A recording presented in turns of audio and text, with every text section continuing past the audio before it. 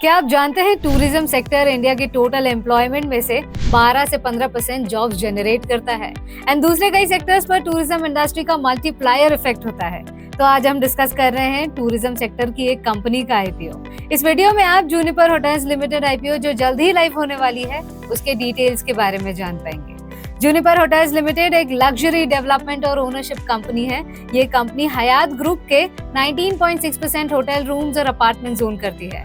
Company के India में 7 hotels and service apartments हैं और टोटल 1836 की ऑपरेट करती है।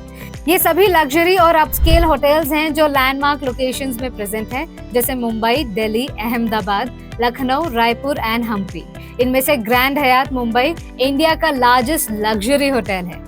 ओवरऑल इंडस्ट्री की बात करें तो ट्रैवल एंड टूरिज्म सेक्टर ने इंडियन इकोनॉमी को FY23 में 16.5 ट्रिलियन रुपीस कंट्रीब्यूट किया और अगले 10 सालों में ये नंबर 37 ट्रिलियन होने का अनुमान है।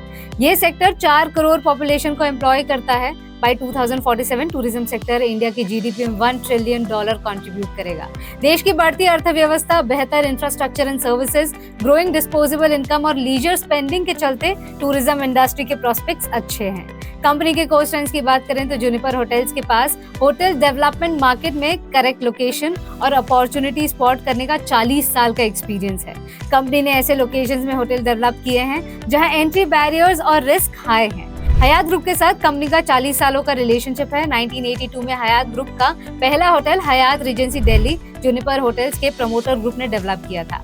डाइवर्सिफिकेशन के लिए कंपनी ने मल्टीपल रेवेन्यू स्ट्रीम्स जनरेट की हैं, जैसे service apartments, restaurants, conferences and events etcetera.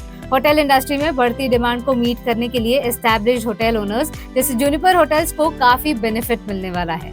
Risk factors की बात करें तो कंपनी और इनके सब्सिडीज पिछले सालों में लॉस में रही है। होटल इंडस्ट्री एक कैपिटल इंटेंसिव सेगमेंट है।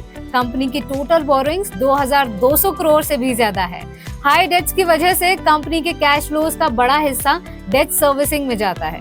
जूनिपर होटल्स के पास ऑपरेटिंग कैश फ्लोज भी नेगेटिव रहे हैं।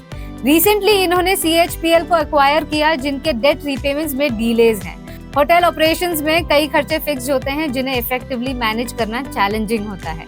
KPIs की बात करें तो कंपनी का अर्निंग पर शेयर और return on net worth negative है। IPO 21 से 23 फरवरी तक ओपन है। टोटल इशू साइज 1800 करोड़ है और ये 100% फ्रेश इशू है। इस इशू का लॉट साइज है 40 शेयर्स और प्राइस बैंड 342 से 360 है। IPO की अलॉटमेंट डेट 26 फरवरी है। कंपनी की फाइनेंशियल परफॉर्मेंस देखें तो कंपनी की रेवेन्यू ग्रोथ स्ट्रॉन्ग और कंसिस्टेंट है। FY22 में रेवेन्यू 85% बढ़ा और FY23 में 116% रेवेन्यू ग्रोथ हुई। FY21, 22 और 23 तीनों फिस्कल में कंपनी ने लॉसेस बुक किए हैं। पीयर ग्रुप में KPIs कंपेयर करें तो जूनिपर होटल्स के KPIs जैसे EPS और return on net worth negative हैं, जो पीयर्स की तुलना में डिस्करेजिंग है। कंपनी IPO प्रोसीड्स को डेट रीपेमेंट के लिए यूटिलाइज करेगी। इस IPO के रेगुलर अपडेट्स और सब्सक्रिप्शन स्टेटस के लिए इस वीडियो को सेव करें और रुपीजी को सब्सक्राइब करना ना भूलें।